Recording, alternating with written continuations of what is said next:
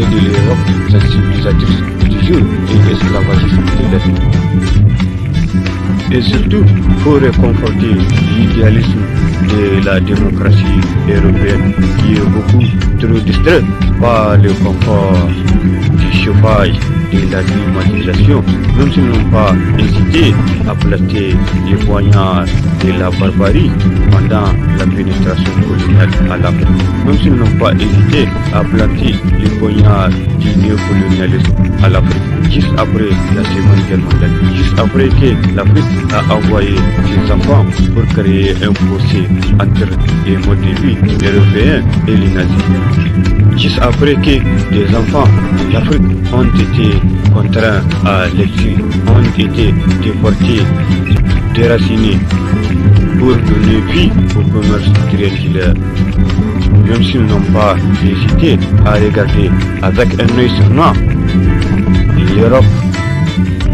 braquer l'économie de toute l'Afrique de l'Ouest, comme les braquages à la française de la France qui n'a pas hésité à plafonner toute l'économie de l'Afrique de l'Ouest à travers les casseurs du franc CFA.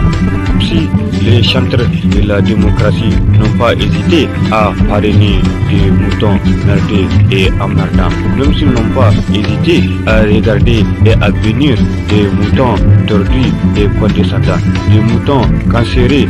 qui sont restés figés comme un sac de cailloux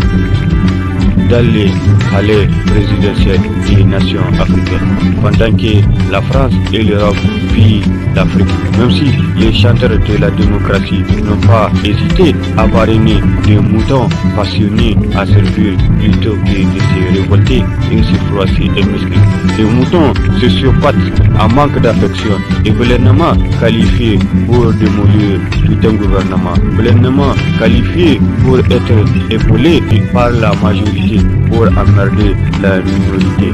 tout comme pour emmerder toute une démocratie afin de servir la France et l'Europe,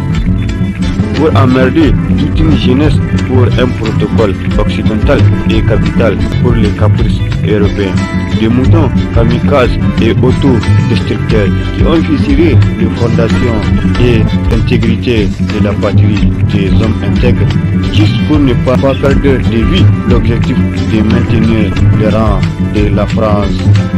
sur la grande scène internationale.